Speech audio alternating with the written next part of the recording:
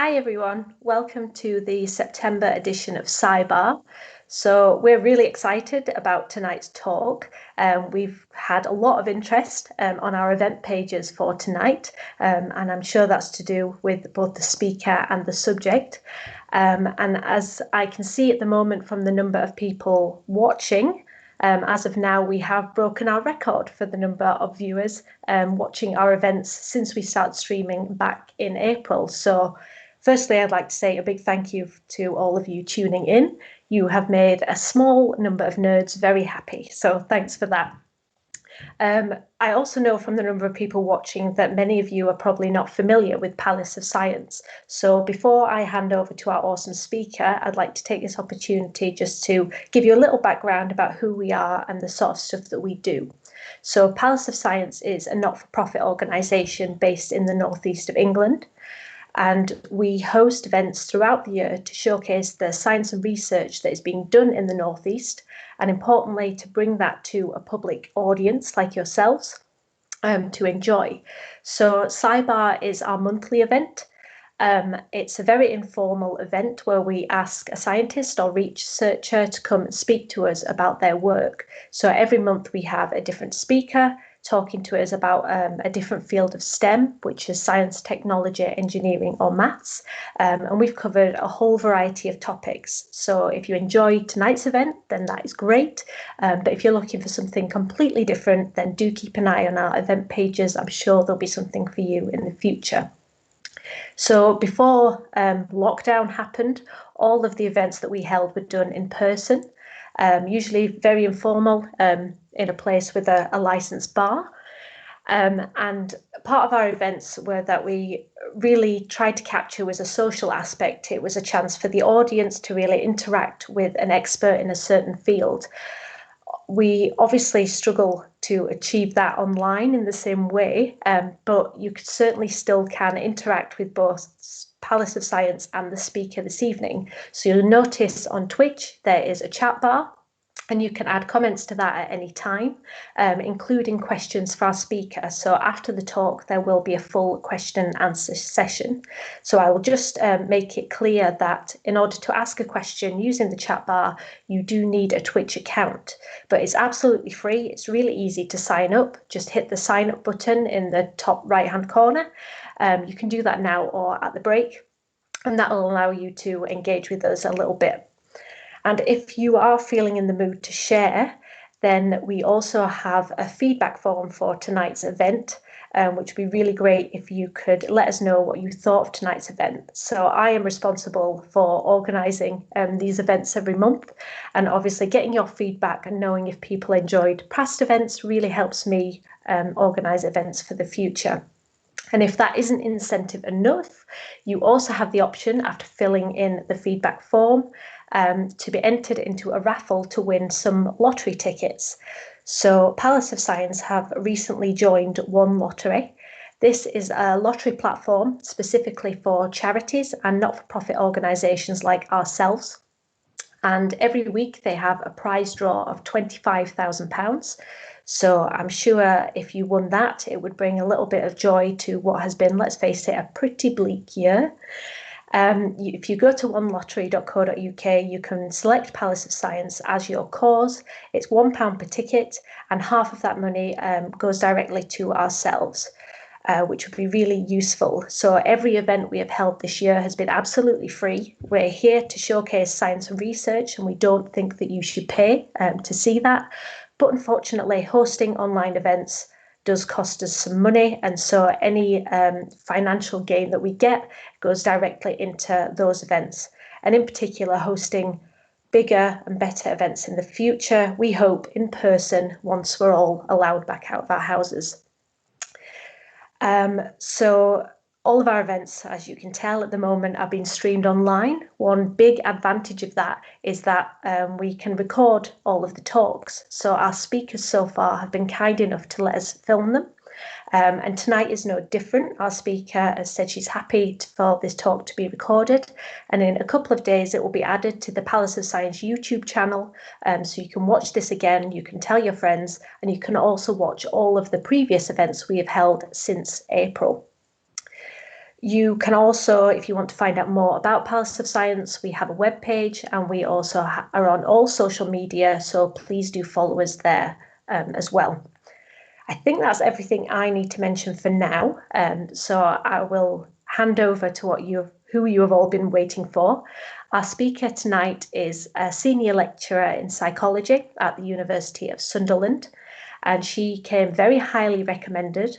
The topic she's talking about, I think, is very close to a lot of people's hearts, and we are very happy to allow her to share her work and educate people about this subject tonight.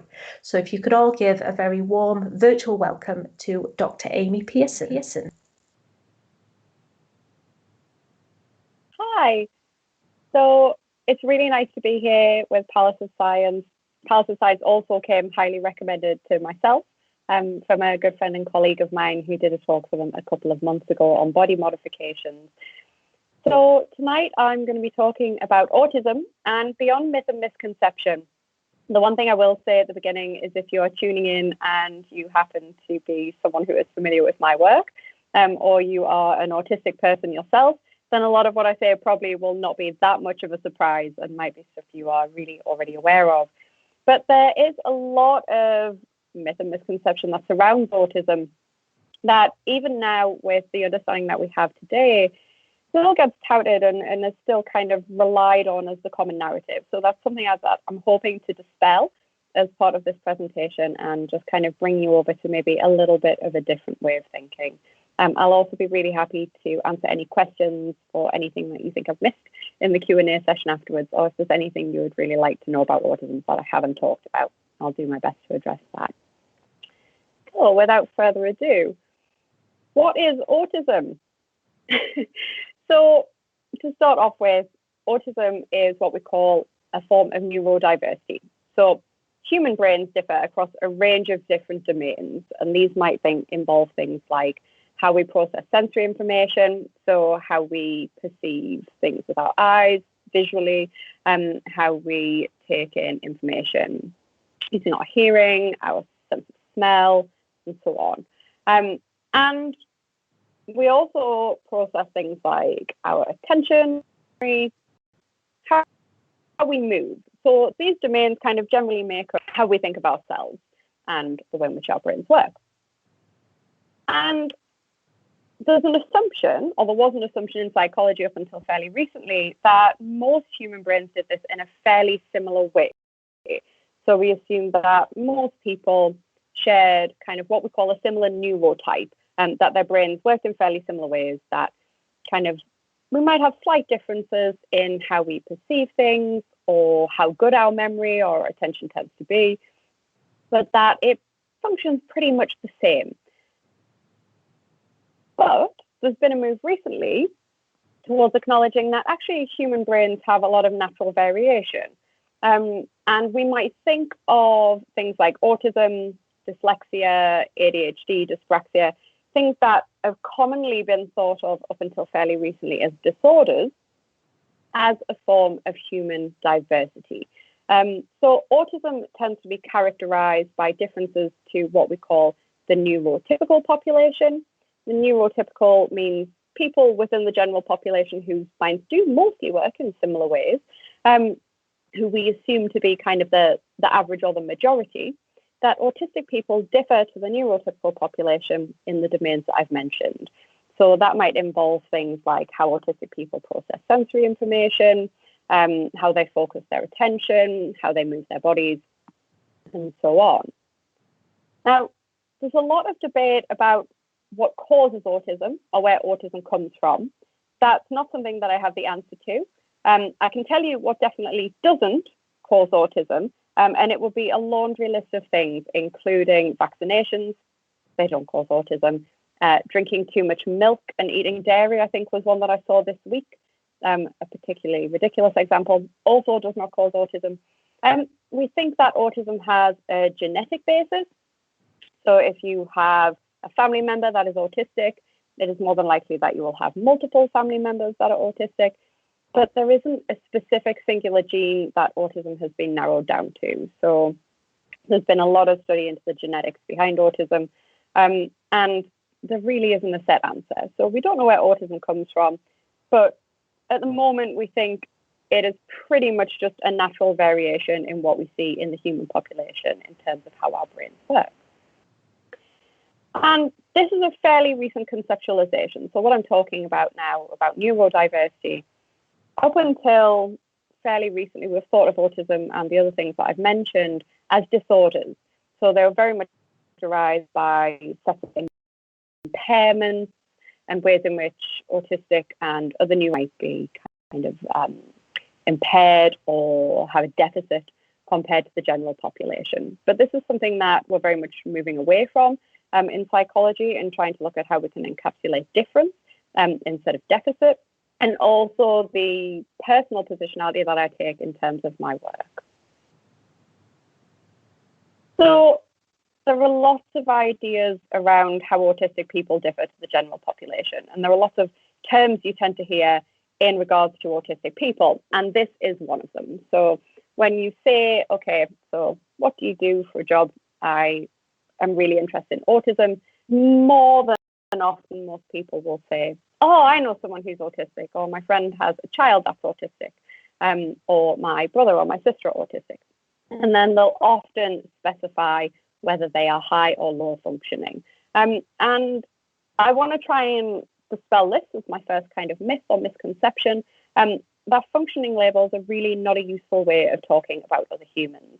So when we say that someone is high or low functioning, people aren't robots, they're not vacuum cleaners, they're not cars. Judging them on the basis of a functioning label is quite rude. And it's also very vague. So what do we mean when we say functioning? We often also hear people talk about autistic people as being on the spectrum. And often you'll hear someone say, oh, you know, this person they're really autistic, or this person's high functioning, they're a bit less autistic. And I want to explain to you why that doesn't really make sense, so how we can't label humans as sitting along this kind of this singular line. So when we say someone's low functioning or more autistic, what do we mean? Well, usually people mean something along the lines of that person doesn't use speaking to communicate, and they're a non-speaking person. And they assume that that might also tell us something about whether they have, say, a learning disability, or whether there are things within their daily life that they might find really challenging. But by saying someone's low functioning, you don't get any of that information. So that doesn't tell us anything about a person. It's just kind of a really vague term used to describe them. So if someone's non-speaking, we might say they're non-speaking. That helps us then understand how we might need to communicate with that person. If we say someone's non-speaking, that also doesn't tell us about the kind of support that that person might need. So within the autistic population, and within the population in general, people might need more or less support with their daily living based on the kind of things that they find easy or challenging. So when we say someone, again, is high or low functioning, what we're also not saying is what that person's support needs are. We're just kind of giving a bit of a homogeneous term to describe someone, which doesn't really tell us anything. It also doesn't tell us how that person's needs might vary with context. So if you have someone, for example, who is non-speaking, but doesn't really need much support with their daily life, maybe occasionally needs a reminder to maybe call the doctor or make an appointment to see the dentist. But generally, you know, they can do their own grocery shopping. They don't need assistance with that. They might go to work. If we assume that someone is low functioning based on being non-speaking, well, that makes no sense. And if we assume someone's high functioning on the basis that they speak, again, that also makes no sense. So we often use these really kind of vague, useless terms to describe people. And if you can see on the slides that I've got here, I've got a bit of an example of this at the top where we say, okay, well, this person is more autistic or less autistic, and we stick them at a singular place on the line. It completely ignores the role of context and how people might fluctuate across different domains on different days based on how they're doing, on what's going on in their life, how stressed they are, how anxious they are, and so on. So it's really a bit of a misnomer that we can kind of put someone at one place. Where are you on the spectrum? Are you on this part? Or are you on this part? And one of the really nice ways I've seen, instead of encapsulating how autistic people might differ to the neurotypical population, is the colour wheel that I have on here. And this is an example taken from Rebecca Burgess, who has developed a brilliant, absolutely brilliant comic called Understanding the Spectrum. I highly recommend that you go and have a look if you are interested in autism. But instead, we conceptualize autism like this. So, as I said at the beginning, everyone differs across different domains in terms of how easy or challenging they might find something. So we've got here examples of executive function. That includes things like planning, like focusing your attention, like switching from one task to another, remembering all of the things that you've got to do during the day. So you might have to get up for work, take the dog out for a walk, eat your breakfast, come and sit with the computer. These are just examples from my daily living schedule.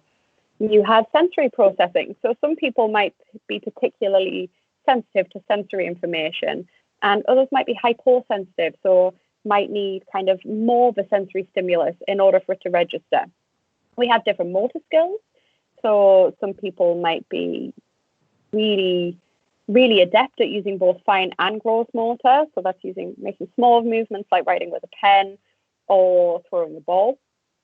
Other people might find that really difficult. They might be really good at one or not so good at the other, or be like myself and be quite clumsy with both. You've got your perception, so how we see things in the world around us. You've got language, so how you communicate with other people. Your social skills and your social communication style, so how you tend to communicate with other people, the way in which you speak. Are you very to the point and factual? Do you tend to speak more in metaphor? And how does that impact on the people you communicate with? And all people differ across these domains. So each individual person will have kind of what we call a different profile in regards to these skills. So they might kind of have a fairly even profile where they're kind of, I guess, like average and okay with all of these. Others might have a profile that we call more spiky. So you kind of have, really good skills in one area, but then really struggle with others. And so this, we think, is a better way of conceptualizing some of the differences we see in autistic people, and some of the things that people might find more challenging. It's a lot more nuanced than just saying someone is high or low functioning without really giving an example of what that might mean. Now, when people think of an autistic person, there's a lot of stereotype present, particularly in the media. And I'm going to come on to some of those stereotypes a little bit later. But we kind of have this idea of what an autistic person looks like based on the examples we've seen. So when I first started working in autism research, and I'd tell people, I'm studying autism, they would say to me, "Oh, like Rain Man." And I have to admit that I've never seen Rain Man. I do know about the portrayal, but it's not something I've ever watched myself. And people would always say, "Oh, yeah, they have these special talents, don't they, autistic people?" And the truth of it is that autistic people are just like everybody else. There'll be autistic people that are members of your family or your friends that you might not even be aware of. And this idea that there's a stereotypical way for an autistic person to look is probably one of the biggest myths of them all. Autistic people are just like everybody else, but they do just tend to differ across the domains that I've mentioned a little bit more than you might see in the neurotypical or the general population. So what does this mean for what autism might look like in somebody? If we've got these ideas, okay, well, autism isn't a set of impairments, it's not a set of deficits. What might it look like in an individual? This is an example from neuroplastic.com, which again is a really wonderful autistic run website. This is from an article called "Autism is a Spectrum, Doesn't Mean What You Think" by C.L. Lynch. And this is an example of how we might see the information in those different domains. So here we've got an example of pragmatic language. So we might see that someone's social communication, their body language, their eye contact, and their small talk differ. And these might differ within the same person from day to day based on the kind of context that they're in. So if you are in a really stressful situation, for instance, you might find it a little bit more difficult to get your words out, to hold a conversation, to make eye contact with somebody. compared to when you're feeling really relaxed. You're just sat at home talking to a family member, a friend, or a partner. You've also got social awareness. So that might be the ability to pick up on things like etiquette, and sticking to social norms. And that's a really important area that I'll come on again to talk about a little bit later. You might talk about things that are maybe a little bit inappropriate, maybe not so sensitive to taboo, and might find it easier or harder to form and maintain relationships. It's also mindset. So this is a form of attention monotropic mindset. It refers to essentially a narrowed attentional focus, or a specific focus on one thing. So the theory of monotropy for autism states that autistic people with kind of a limited attentional lens tend to focus all of their attention onto one thing, and do that thing really well, as opposed to spreading their attention onto lots of different things and really struggling to kind of divide that attention. So this leads to kind of a narrow but intense ability to focus on something. And it's often related to what we call kind of obsessive interests. It's a bit of a nefarious term, because at what point does an interest become obsessive? Like that's a very subjective thing. But it might mean that you have difficulty task switching, that you want to focus on the thing that you're enjoying doing and not really switch on to doing something else. We see differences in information processing, so ability to assimilate and apply new information, or adapt to environments. And again, that may be differs from person to person. So one person might be particularly good at adapting to new environments. Another might find it really difficult to deal with any kind of minor change and find that really distressing. We see those differences in sensory processing. So really being challenged in interpreting sensory information, making sense of it, or kind of being really overly sensitive to sensory information in the environment. We've got what are called repetitive behaviors, and this sometimes tends to be referred to as stimming. So this is kind of engaging in a repetitive motion that feels really comfortable, either in response to emotions, a situation, or it's just something to do to focus your mind and attention. And then again, neuromotor differences, so ability to control body movements. And this might range from clumsiness to really quite a difficulty moving yourself with intention. And every single person has strengths and weaknesses across these domains. So if we look at, so if I gave myself as an example, if we look at pragmatic language, I might say, okay, well, I am very comfortable making eye contact, but I find small talk dreadfully uncomfortable. I might sometimes interrupt people in conversation and find it difficult to know when it's my turn to speak. But I'm pretty good at picking up on social etiquette. Maybe not so keen on social norms, might sometimes find it hard to pick up on taboo. But I'm pretty good at forming and maintaining relationships. I definitely like to get focused on things that I'm interested in, as I'm sure most academic people do, and find it really difficult to switch from one task to another. I am pretty good at picking up new information, though I like to stick to my own routines. I'm very sensitive to sensory information, so I find it really difficult to concentrate if there's any extraneous noise, or if there are any funny smells in the environment, if the lights are too bright. I might fidget quite a lot or move my hands in repetitive ways for comfort, and I'm definitely very clumsy. So where would this put me on this line? You can see that when we try and describe someone as sitting on kind of a linear platform, it really doesn't help us conceptualize a person. Whereas if we look individually at the different domains and think about what people find easy or challenging, when we're understanding what a person might need in terms of support, or just how to interact with someone that you're friends with or that you are in a relationship with, having an understanding of kind of their individual domains as opposed to a general overarching term to describe them is a lot more helpful. Another thing you often hear in relation to autism is, are we all a little bit autistic? This statement is essentially meaningless. It's absolutely useless, because where is the cutoff point? So when we say that brains differ across a range of domains, and we think that autistic people differ to the neurotypical population, well, yes, that is the case. We do see those differences. But where do we decide where the cutoff point is for that difference? So how different do you have to be in order to be classified as autistic or neurotypical?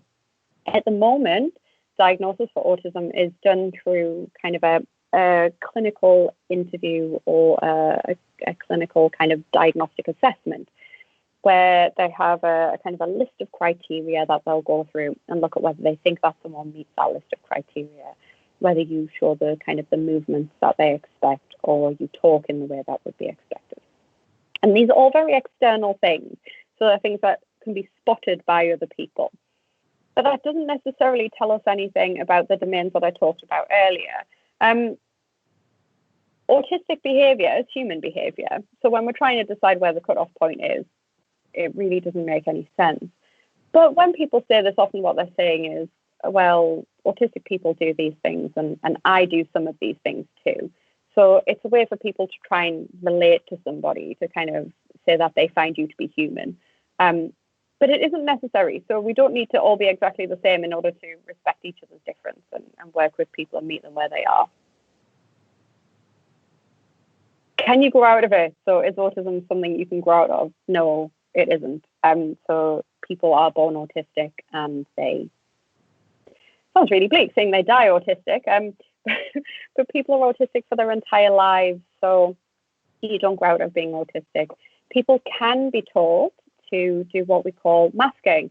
So to hide autistic traits or suppress their natural way of being in order to try and fit in what is classified as a majority neurotypical society. So autistic people are often highly stigmatized for the way in which they move, think, behave. And being stigmatized by people has a really negative effect on you. So learning to hide things that you think other people perceive as weird or strange can seem like one way to deal with that. But we know that masking has an incredibly negative effect on well-being in autistic people. So it's something that has been related to heightened mental health issues, increased anxiety and depression, and increased suicidality. So it might make the people around autistic people feel more comfortable if someone looks visibly less autistic. It doesn't necessarily have any positive impact on the person at all, aside from helping them to pass in that situation, helping them to survive. And this is, people often say, yeah, but they don't seem like they're autistic, or you don't look autistic. What does an autistic person look like? What this often means is this person isn't doing things that we stereotypically associate with autism and with autistic people, that they don't act like Sheldon Cooper on The Big Bang Theory or like Rain Man. And the truth is that autistic people are as diverse as anyone else. Like, autistic people have identities that vary as much as any other human identity varies. And all of the experiences that we have as a human makes up how we appear to other people. This is exactly the same for autistic people. Is autism a boy thing? Also no. So up until fairly recently, the diagnostic ratio sat at around 7-1 males to females. And again, that's just focused on the gender binary. We're only just starting to look into diagnosis and experience of autism outside of the gender binary. The diagnostic difference currently sits at around 4-1. So it's narrowing a little bit, but it's still not perfect. And for the longest time, it was assumed that there were just less autistic girls and women, and not that we were just not that great at diagnosing in girls and women. And part of the reason for that is that early research into autism was done on mostly male samples of kids. So it only included certain children that kind of their parents thought they were acting in a bizarre way. And oddly enough, a lot of the children were the children of psychiatrists who'd take them to another psychiatrist, because they wondered why their children were so different. And this had a massive impact on how autism was conceptualized. So it led to this very kind of male-centered profile and difficulty in identifying autism in people who didn't fit the stereotype. And that's the same for males and females and non-binary people, is that for little boys as well who didn't fit the stereotype of expectation, it'd be very difficult for these people to get a diagnosis. Now, we know we're getting better at recognizing that autistic people differ massively, so not everybody fits a very standard stereotype. But again, we still diagnose based on what we can see. So what autism looks like to an observer, to someone who is interviewing someone on a certain day, and what autism feels like to an autistic person differ. And it can be very hard to match those two things up. It's impacted, again, by the experience that someone has. So though we're getting better at recognizing that autism isn't a child thing and it isn't just a boy thing, it's still something that we have really a lot of work to do in order to kind of push past these very stereotypical expectations that we have. And one that has been particularly pervasive, a myth that kind of won't seem to go away, is the idea that autistic people are mind blind. So this idea that autistic people are all socially inept and can't understand other people, can't maintain or form relationships with others. And this is based on some research that started out in the 80s, suggesting that autistic people struggle to understand the minds of others, based on what we call theory of mind tasks. Tasks in which are kind of, you're asked to make a judgment about what somebody else knows, the kind of knowledge somebody else has. And this is one of the most pervasive myths. So this is something that kind of still you do hear a lot about today, that, you know, the research is really inconsistent, doesn't tend to strongly suggest that autistic people find this really difficult. Now, some people might, but again, that's true of the neurotypical population as well.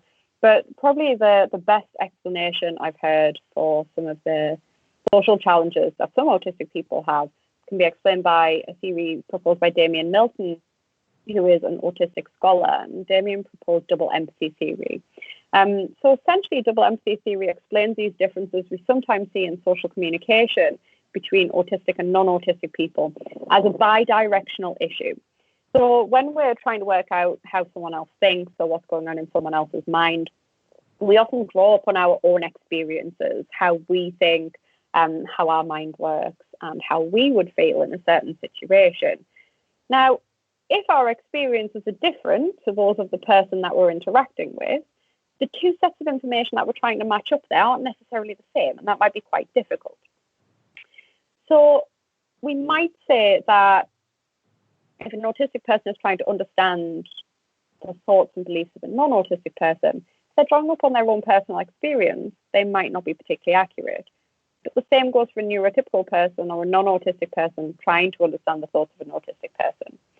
And we can think about this a little bit like when you go somewhere and you aren't a native speaker, so you don't speak the language of the people in the place that you're visiting, and they don't speak the same language as you, and you're trying to communicate with each other. Now, we wouldn't say that either of those speakers was impaired in their communication. They're just not really speaking the same language. And we can think of some of the breakdowns in communication between autistic and non-autistic people like this as well. It's not that either group of people are impaired at social communication.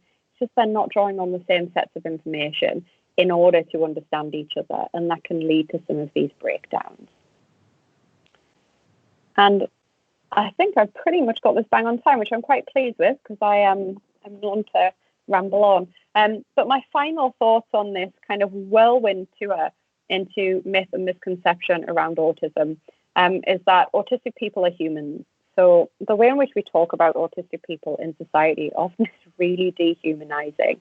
It makes assumptions about the capacity of autistic people to understand what we're saying about them. And it can be really, really stigmatizing, really unfair, really drawing on stereotype and quite unpleasant. And unlearning what you know about things can be really hard. So when some of these myths are really pervasive, it can be really difficult to get away from them and kind of move over to a new way of thinking. But definitely worth it. And there is lots of very good information out there for anyone who would like to learn more about this subject. So I am going to leave that there.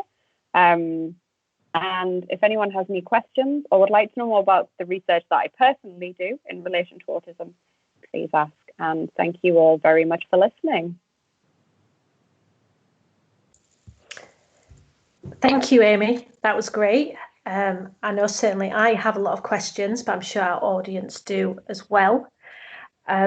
So just to make you aware that you can ask a question via the chat box. A lot of people have already, but you do need a Twitch account to do that. If any of you have to dash off, you can catch up on the talk and questionings on the Palace of Science YouTube channel. This entire session is being recorded. If any of you would like to tell us what you thought of tonight's event, if you have to leave, then there is a feedback form to fill in. Please do that. You will enter into a raffle to win some lottery tickets if you would like to. And the last thing I wanted to say, if anyone has to leave now, our next CyberSciBar event is on the 21st of October. We are hearing from a researcher from Newcastle University talking about virtual reality and gameplay as a way to train chemical engineers. So do tune in for that. Other than that, we are now going to take a 5-minute break. Please send us your questions. And if you don't have any questions, then enjoy the pub quiz that I put together. We'll see you soon.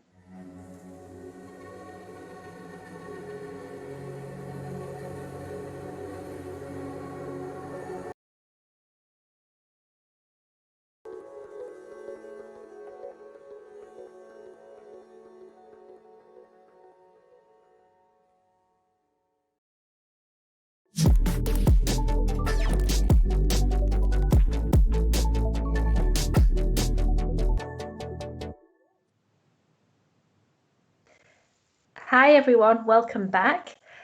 So I've been sent a list of questions here for Amy. We've had a lot of interest as expected from an excellent talk. I had a lot of questions myself, but I'll try and be a good host and put the audience first. So I'm just going to jump right in. So first of all, you touched on the non-binary aspect of your research. Could you expand on anything you've specifically found or any thoughts that you might have had concerning this? I can, yeah. So I actually recently have been analysing some data from a study where we're looking specifically at autistic masking, or at masking in general in autistic, neurodivergent, but without an autism diagnosis. So people who had a diagnosis of something like ADHD, dyslexia. We also included mental health diagnoses there.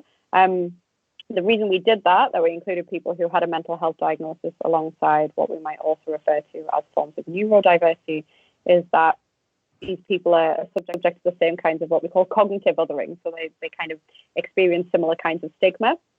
And we also had a group of people who didn't have a diagnosis of anything. And we had within those groups men, women, and non-binary participants.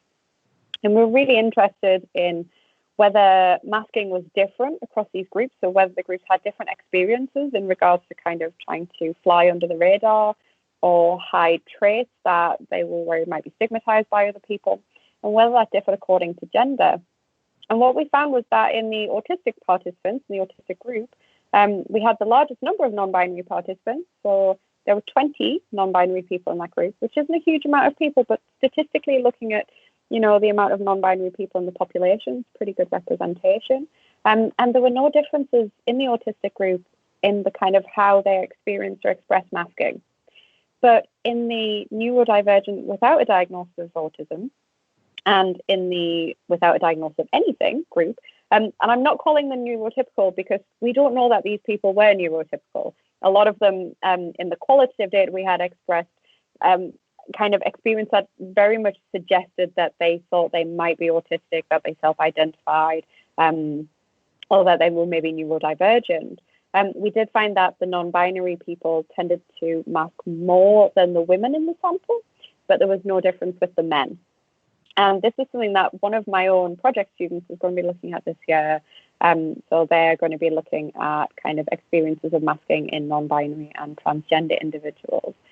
One of the really interesting things about this as a growing research area is that, as I was saying, there's so little research into the experiences of autistic non-binary people, particularly in regards to diagnosis and how being kind of gender non-conforming or non-binary might impact on diagnosis. So how it impacts on how people perceive you, what they expect you to be like, the kind of stereotypes they might expect to see. But it's also important for our understanding of intersectionalities. As I said, our identities are formed by who we are. all of the parts of our identity build that up. So that might be as an autistic person, as a non-binary person, as a Black autistic person, will have different experiences to a white autistic person, for instance. And all of that kind of changes how other people treat us, and in turn that affects how we interact with others. So I think it's really important that we do get more research into this. And again, I think it's important that we have kind of more autistic and non-binary researchers conducting this research who do have an insight in that. I think that's really important. So yeah, hopefully it's something we'll see a lot more around in the coming years. That's really interesting. I know I said I put the audience first, but I have to follow up on that. How did you ask people, like masking versus non-masking? How did you determine when they were doing it, when they weren't? So what we did was we developed a questionnaire, and we also gave kind of the ability to provide an open answer as well. So we gave people a questionnaire that asked questions about specific things related to masking of traits. So that might be, I plan conversations out before I have them, or I make eye contact with people, even if it makes me feel uncomfortable.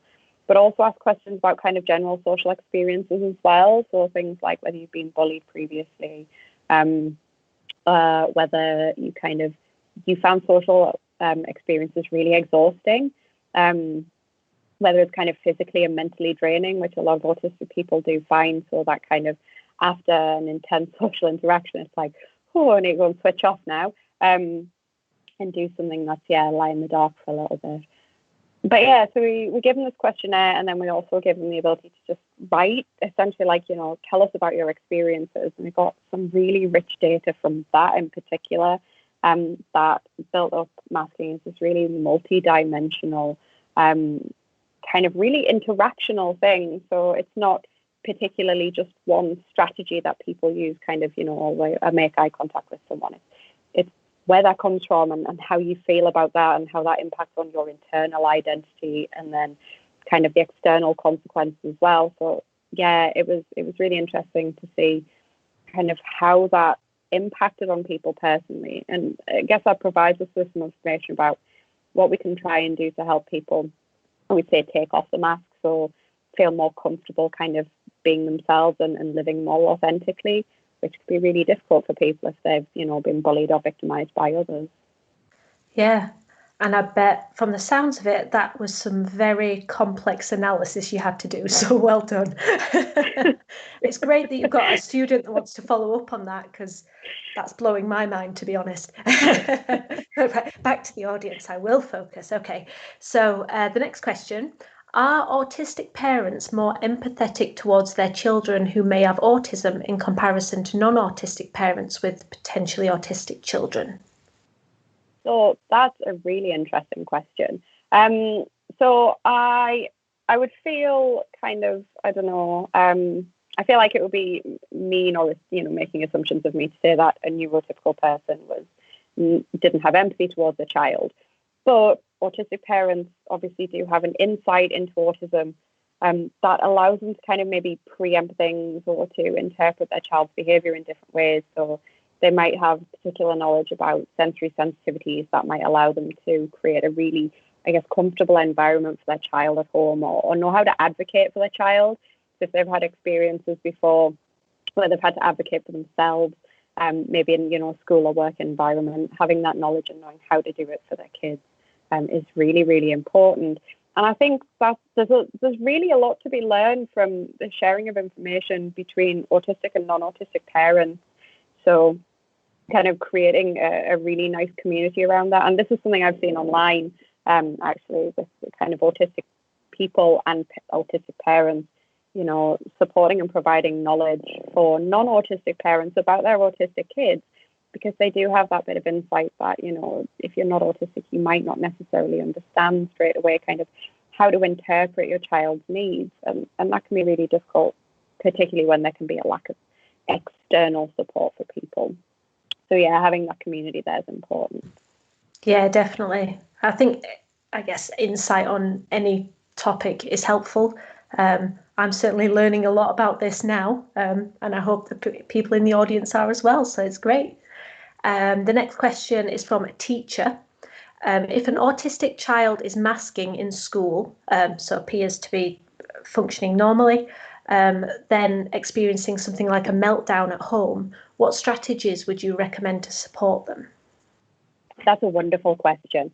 That's fantastic. So what I would recommend is trying to find out essentially what's stressing the child out when they're at school. And obviously, if a child is masking, then it might be really difficult for you to find that out because, you know, they're not telling you that they're purposefully trying to hide it. But providing an environment where the child feels safe to share that, or if they're non-speaking, you know, whether they are able to communicate that in another way. So drawing what their ideal classroom might look like, or getting their parent to help them provide that information, and then maybe looking at whether they need kind of specific downtime or some extra support. You know, I know how hard it is for teachers with trying to support kids in the classroom and the way things are with money in schools.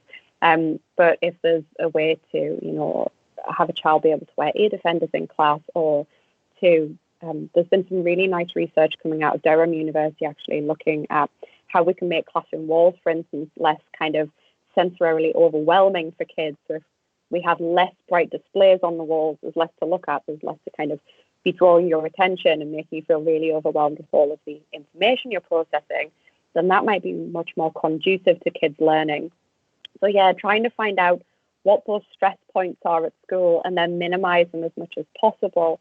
The kid might still really struggle to get through the school day, and they might need that kind of decompression time when they get home, but making them feel safe to demask when they're at school, that's a really, really good thing. And if teachers can support that, that's absolutely fantastic. Yeah, I mean, hopefully there are ways to do that, but yes, in the current climate, resources, time, funding, all very limited.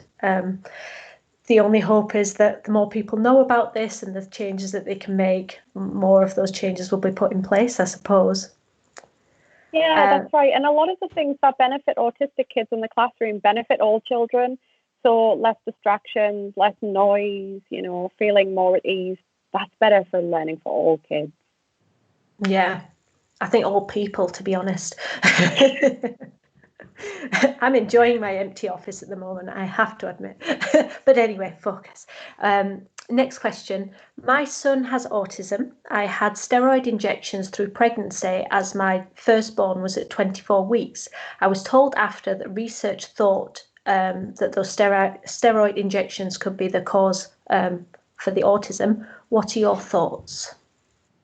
My thoughts would be that that's not the case. A lot of the things that people say kind of cause autism, there's very little evidence and support for. It's why I mentioned vaccines at the beginning. There's like zero evidence. We do know that some people get brain damage from vaccines really early on in childhood, but that isn't autism. So yeah, vaccine damage, kind of accidents or bumps during pregnancy, having dairy, none of those cause autism. Yeah, there's been a shift away, placing kind of, I guess, a blame on parents in recent years, but it's something you do still hear about. And I feel like there's probably a lot I could say there about ableism and the need to find an explanation or something to blame for what people might classify as a broken child. But I mean, that's not the case. Autistic people are human; they're just different in some ways to other people. And having an autistic child, as I'm sure the person who asked the question knows, isn't a bad thing. So yeah, people telling you that you might be responsible, it's hurtful, but at the same time, like it shouldn't really even have meaning, because having an autistic child shouldn't be something that you need an explanation for, compared to having a neurotypical child or a dyslexic child, for instance. Yeah. The next question is about job interviews. Switching gears. So autistic people still get a rough deal when it comes to interviews, despite admitting upfront that they need, in most cases, time to process the information or have the context changed. The person asking the question said, I had a terrible interview, the interviewer just didn't understand how to give that support. It's a job they think they would have excelled at, but the interview just sort of destroyed the situation. how could you get around this? Are there any tricks, techniques? Tricks and techniques, I don't know. I mean, the solution that we really need for it is more autistic people working in these environments that can then help set up things to be better for the autistic people, to have autistic consultants and advocates working with companies to try and make places kind of more conducive for neurodivergent people. I think being firm with companies, so making sure they do provide you with information in advance and knowing your rights under things like the Equality Act is a good thing to be aware of, but it sounds like you probably are already aware of those things. But yeah, I do think that's really unfortunate and really unfair. And I think until we do have more autistic people kind of in these positions of power, helping to drive things forward, then that's really where we need to see the change. So it isn't that you need to be doing something different or you need to be masking more, certainly not. It's that we need more autistic people in these jobs who can then help make things better for other people coming in. Yeah, certainly. And we hope that your experiences, whoever asked that question, are better in the future. Hopefully everyone's watching this talk and they will know better etiquette in the future. The next question is from someone who has autism and was recently told that there was research into higher cases of autism amongst poorer families and upbringing, if that's the PC way to word it. Do you have any information on this? That's really interesting. So I have not seen any research to suggest that.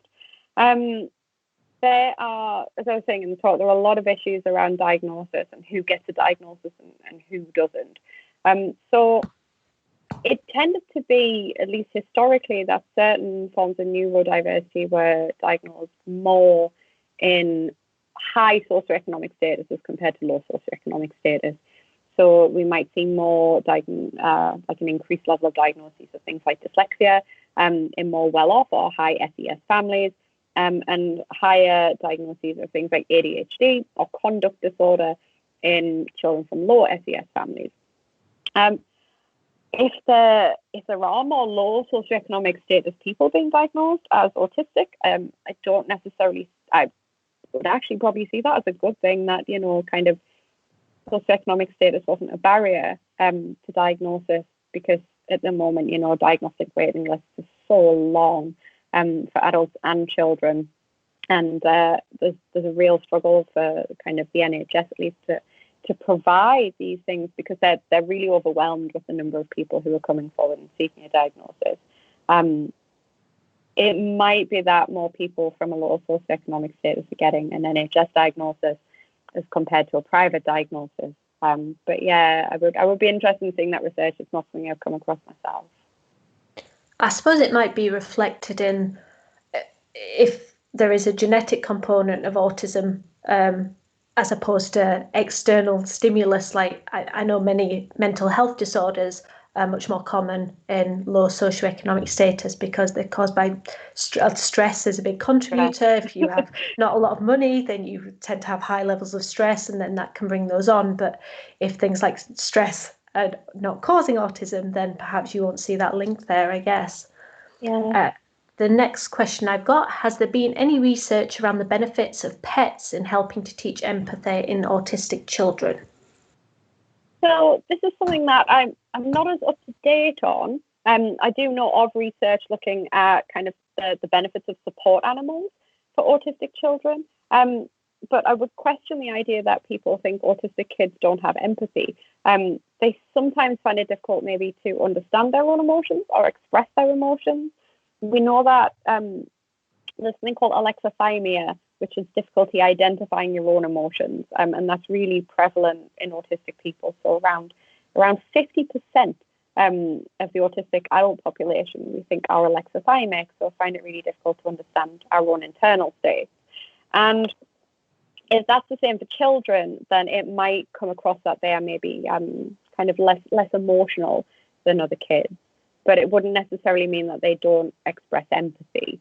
So yeah, I'm not sure what the benefits of that really would be. But pets are wonderful, and I would, always encourage kind of having a pet friend. A alongside you. I'm very surprised that my own dog hasn't tried to join us this evening. He's been really well behaved. So yeah, there is definitely research out there looking at the benefits of support animals.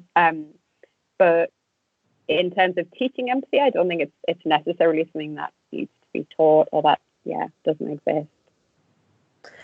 Yeah, I mean, I have no background knowledge on this, but I would also agree with more pets. Just more pets, I think, will help. Yeah. The next question: why is it so important to reconceptualize how autism is viewed, and how difficult a challenge is it moving from deficit to difference in light of the ableist society we live in? Oh, that's such a good question. It is really bloody hard, would probably be the answer to that. It is one of the most important things I personally think that we need to do. But it's really, really hard to do that. A lot of the challenges that autistic and other neurodivergent people face come down to the ideas we have about normality in society and how we do things.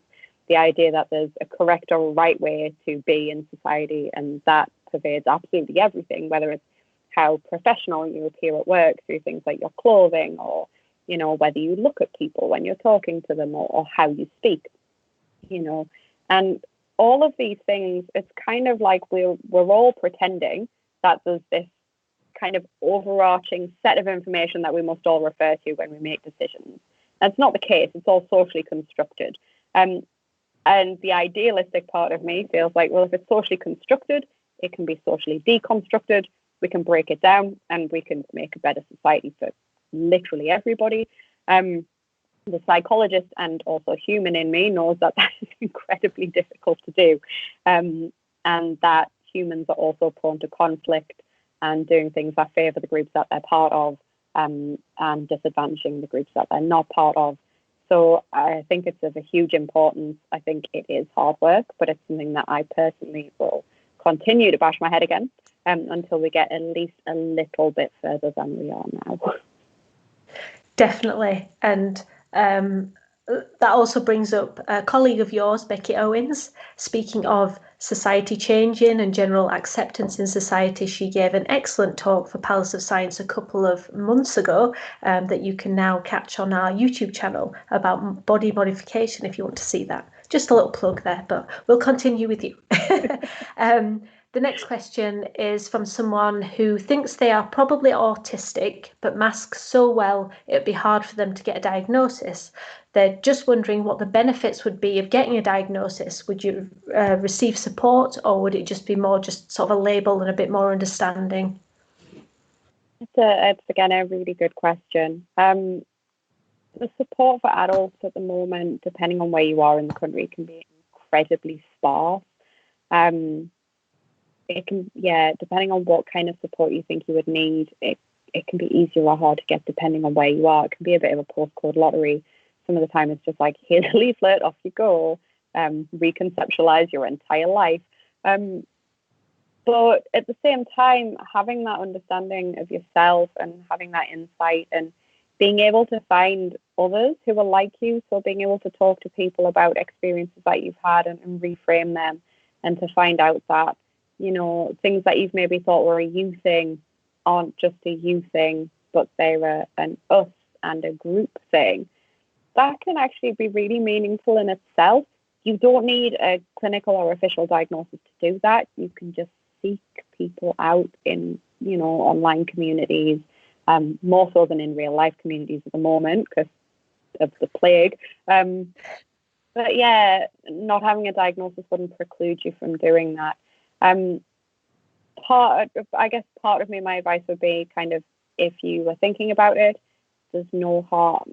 I was going to say there's no harm in putting your name down on the waiting list, aside from the potential validation of someone telling you that you're wrong because you masked too well, which I'm sure is the thought that you've had about it as well.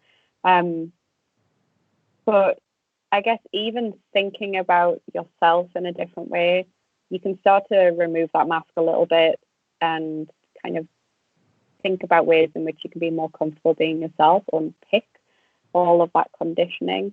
And see where you go from there. That would be my advice on that one. That's great advice. I guess just knowing you're not alone and there is information out there, which I will say, I know in the lead up to the event, Amy, I asked you for information on this topic and any resources that you had that you shared with us. We will certainly make that information available, I think, on the Palace of Science webpage. Is there any way people can contact you or places they should head if they have any more questions? I am conscious I've got a hell of a lot of questions, which is great, and I'm going to keep asking them until we get bored. But in case anyone needs any other information, is there anywhere specifically that they should head? Yeah, so I mean, if you want to ask me personally any more questions, my email address is just Amy, amy.pearson, which is Pearson. It's also on my slide at the beginning of the talk, at sunderland.ac.uk. You can email me if you want to, ask anything personally. The other place I would recommend that I think is really great, and I might say this as if it is great and it'd be terrible, is Twitter. There's a fantastic autistic community on Twitter. You can find other people using the hashtag #actuallyautistic, and kind of communicate and hook up with other people that are like you and kind of find a little bit of a community there. There are lots of places to meet other autistic people, but Twitter is a particularly active place. Great. I think that touches on our next question. Someone asking about good resources to unlearn what we know about autism, I guess stigma related. But again, we at Palace of Science, we will share everything that Amy provides for us. And also you can contact Amy herself as well. So the next question. Regarding bad experiences in the diagnosis process for my daughter, long waits, doctors not believing because she could give eye contact, teachers not noticing because of masking all day. Do you think the diagnosis process will be improving, or is research helping this to happen? Oh God, I hope it will improve. I really do. I think a lot of clinicians are becoming a lot more engaged and involved with shifts in research. And trying to make themselves more aware.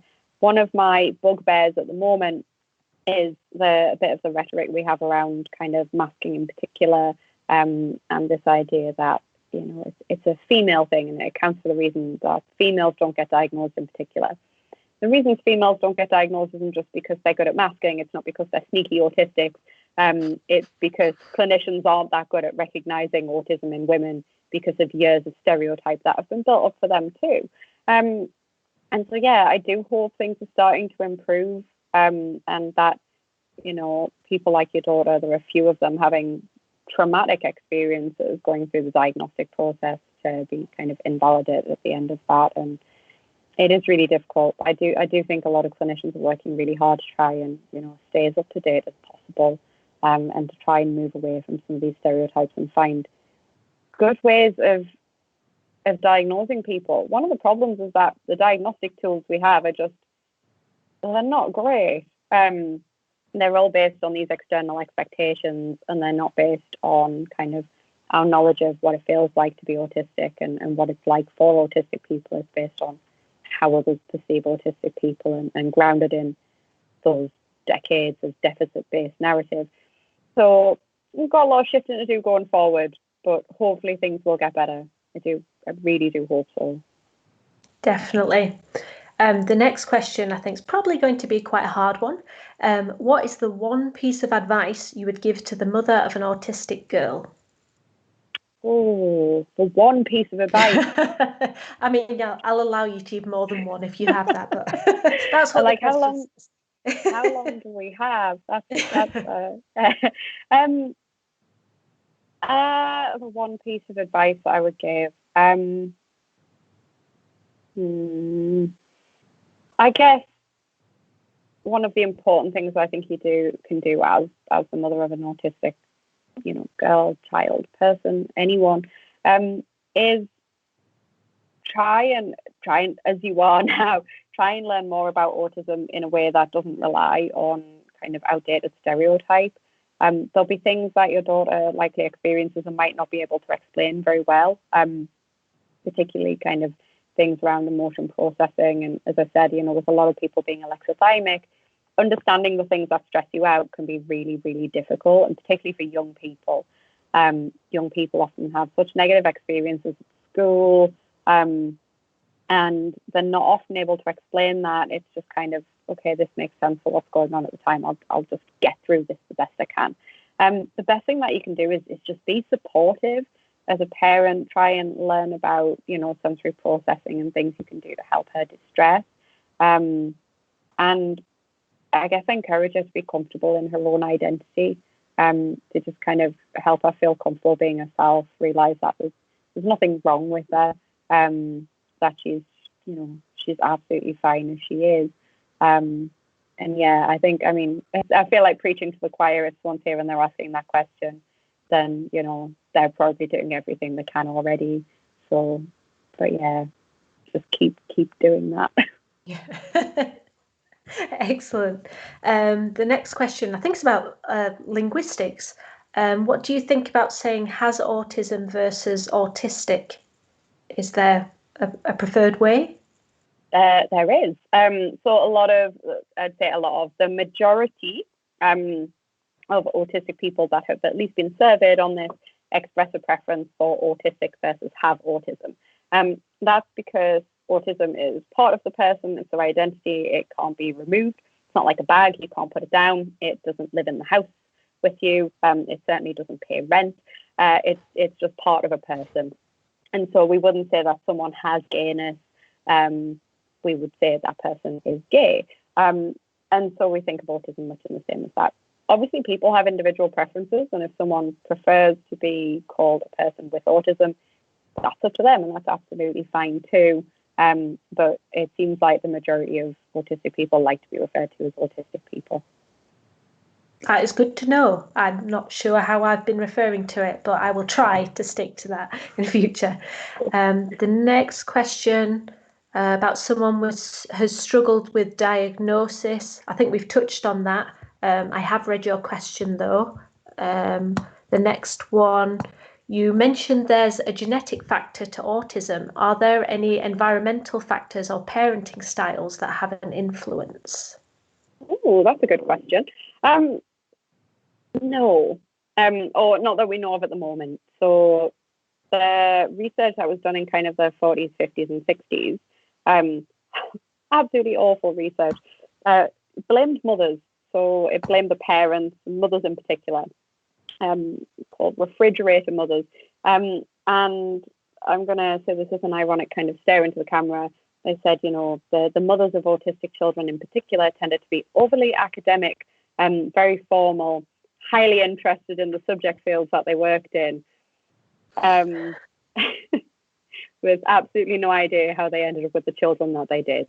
And this is called refrigerator mother syndrome. So it was this idea that it was because the mothers were emotionally cold and not as invested in attachment with their kids. It's just an absolute load of nonsense.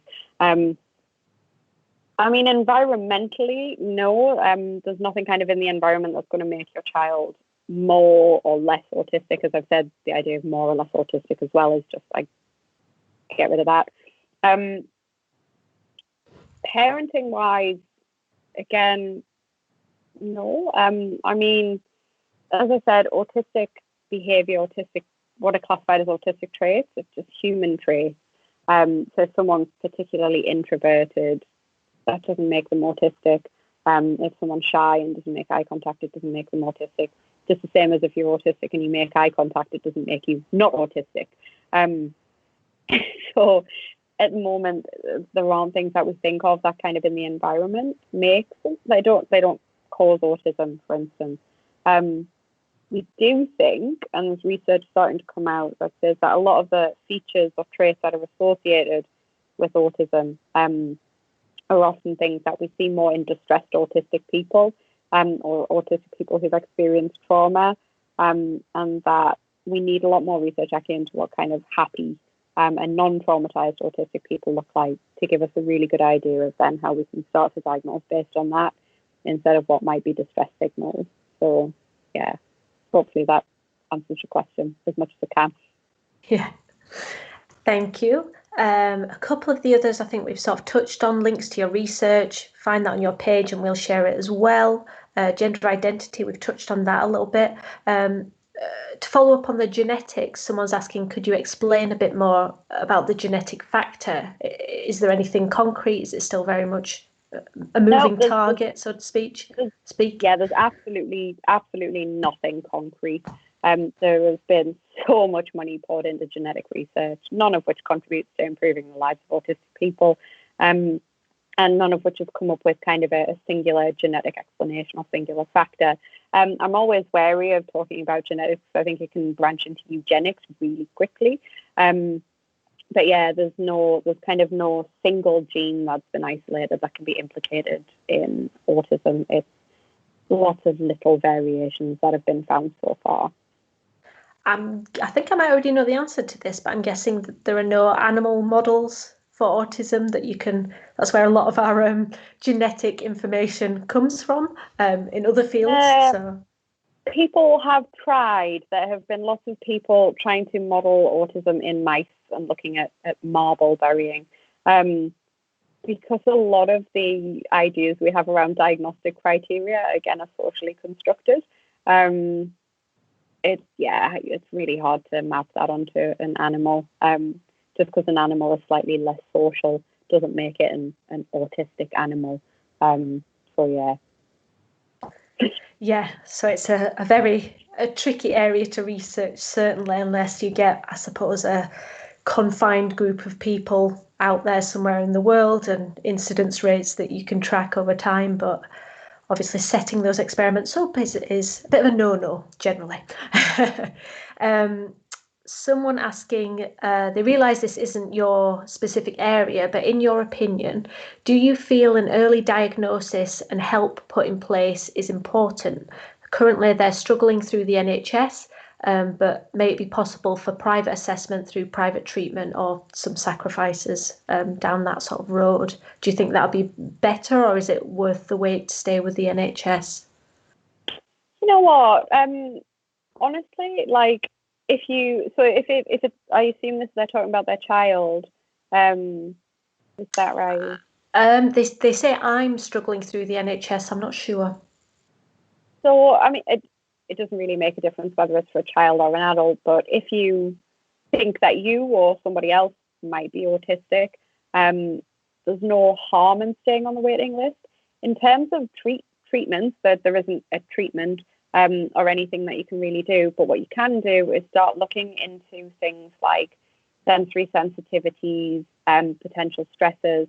You can do that without a diagnosis, but just look into things that might make you more comfortable or the child more comfortable. Those are things that you can start doing yourself. So if you feel like actually it would have a massive financial impact on you to push for a private diagnosis, stay on the waiting list and look at ways in which to kind of improve things yourself. So look at reducing that sensory distress. Look at putting some routines in place that are going to make things a bit more comfortable within your daily life, and just start working on things that way.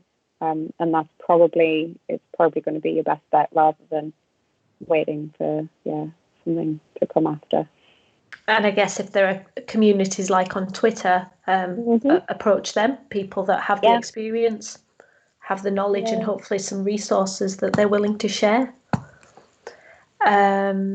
Next question. I was diagnosed at 60. Are you finding many more adult or older people being diagnosed? Yes. Yeah, absolutely. It's something that is becoming more common as information gets out there about what it is like to be autistic, and again breaks down some of these stereotypes. A lot of older adults are kind of putting themselves through the diagnostic pathways, and we're seeing a lot more what we would call late diagnosis. Late diagnosis often refers to anyone kind of over the age of 10.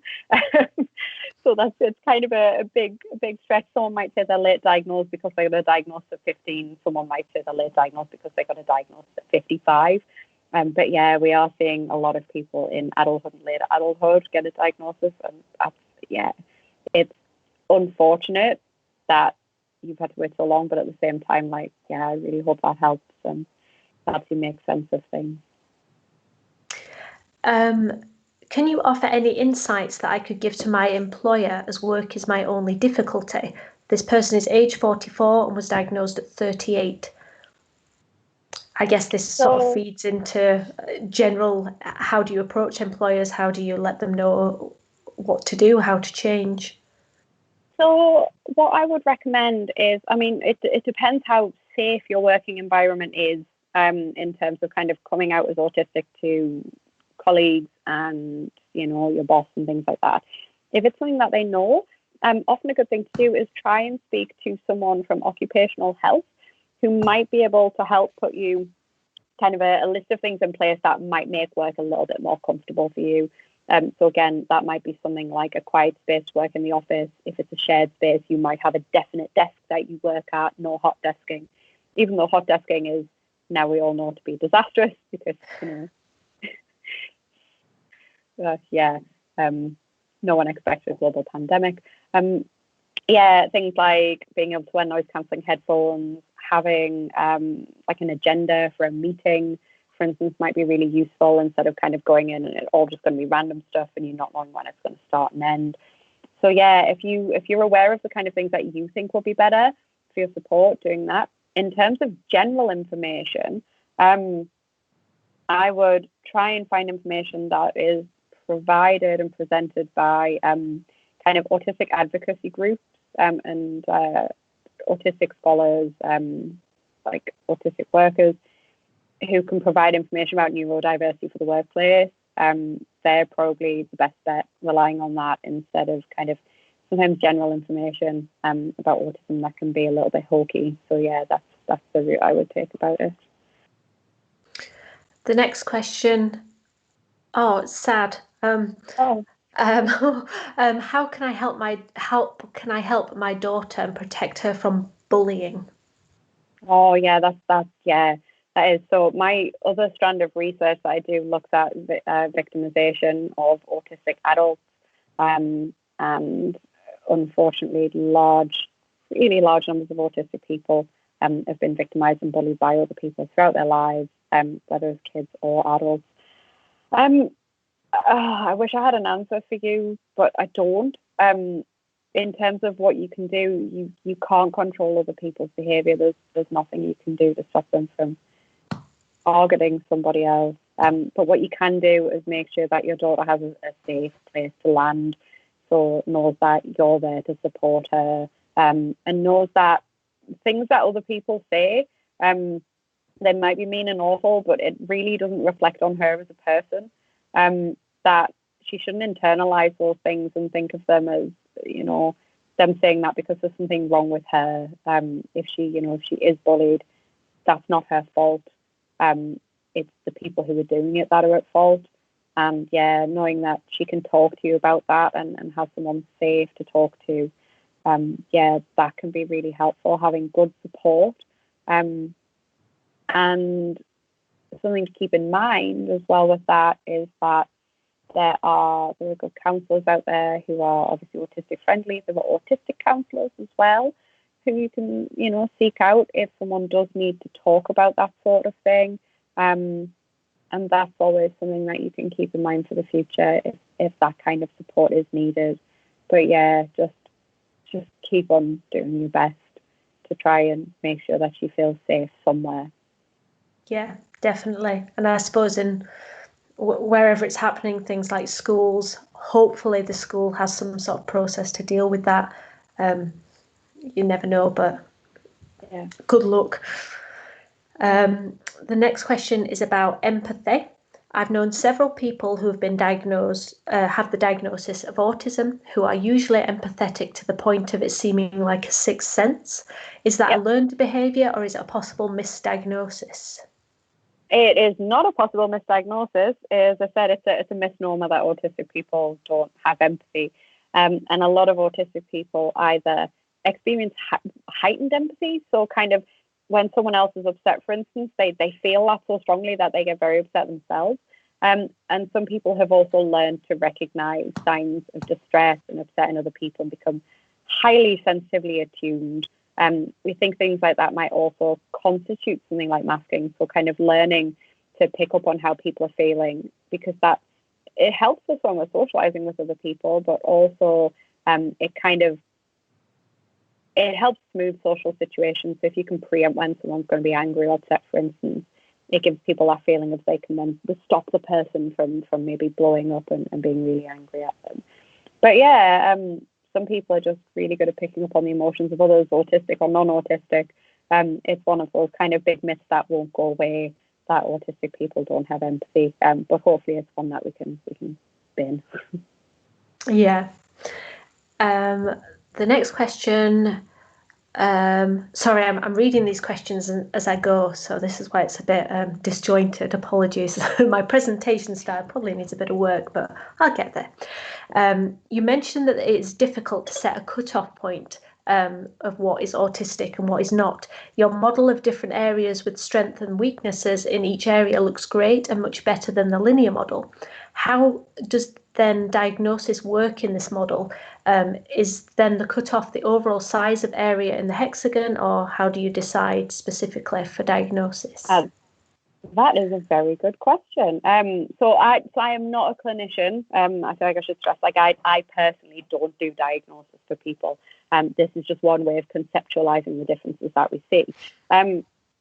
So I feel like this could be me going on a bit of a tangent. But so one of the things that we have a difficulty with is separating autism out from other forms of neurodiversity. So we know that there's a lot of overlap with things like ADHD, with dyspraxia, and various other forms of neurodiversity. And we know that lots of autistic people might have a diagnosis of multiple things. They might be autistic with a diagnosis of ADHD as well. Now, the boundaries for these things are relatively arbitrary. And I say this as a psychologist, like these things are constructed by us. So we decide what the boundaries are, and then we decide how to diagnose them based on these boundaries. It might be that at some point in the future, instead of giving someone a diagnosis of autism or ADHD or dyspraxia or whatever, we go, this person is not neurotypical, they're neurodivergent, and their strengths and challenges lie in these areas, and it looks like this. At the moment, we don't do anything like that. We go, this person is autistic, and they have ADHD, which has lots of overlapping traits. Oh, and they are dyslexic, which also has lots of overlapping traits. And we don't really have, I guess, a meaningful cutoff point. A different person going to see one clinician on one day could end up with a different diagnosis compared to someone going to see a different clinician on another day. Yeah, it's all frighteningly arbitrary sometimes. So yeah, it might be better if we did it in a more multi-dimensional way. At the moment, still relying on those old tools. I suppose that's a bit of a flaw of society. We tend to be very dependent on ticking boxes, categories, putting people in this box. That's what you are. We know how to deal with this. Things are changing, I think, but it will take time. And I've got one more question. I will say we've had a lot of questions. I've sort of been filtered through them on another channel. I'm sure I have missed some. If I have, we're going to put up more information on the Palace of Science pages, and also you can contact Amy as well. But I will end with this one. So do you think the research into autism is filtering down to counsellors so they can pick up on autism and offer better help? That's a good question. Not as much as it should be. So I think academia in general could be filtering down to a lot more places in a more effective manner, and without kind of, sound like a sycophant, things like this where we communicate information to various groups of people and are more public facing, I think is really important. I think researchers working with councils, with, government policy agencies, and putting information there which kind of has meaningful change is really important, and it's something a lot more people are starting to do, trying to provide more impactful research, but it's something we're not as good as we should be at doing. Yeah, unfortunately, it's the case with many things, but the work is being done, as we've heard about, your area, your work, which is incredible, and we're really lucky to hear about it. So thank you so much.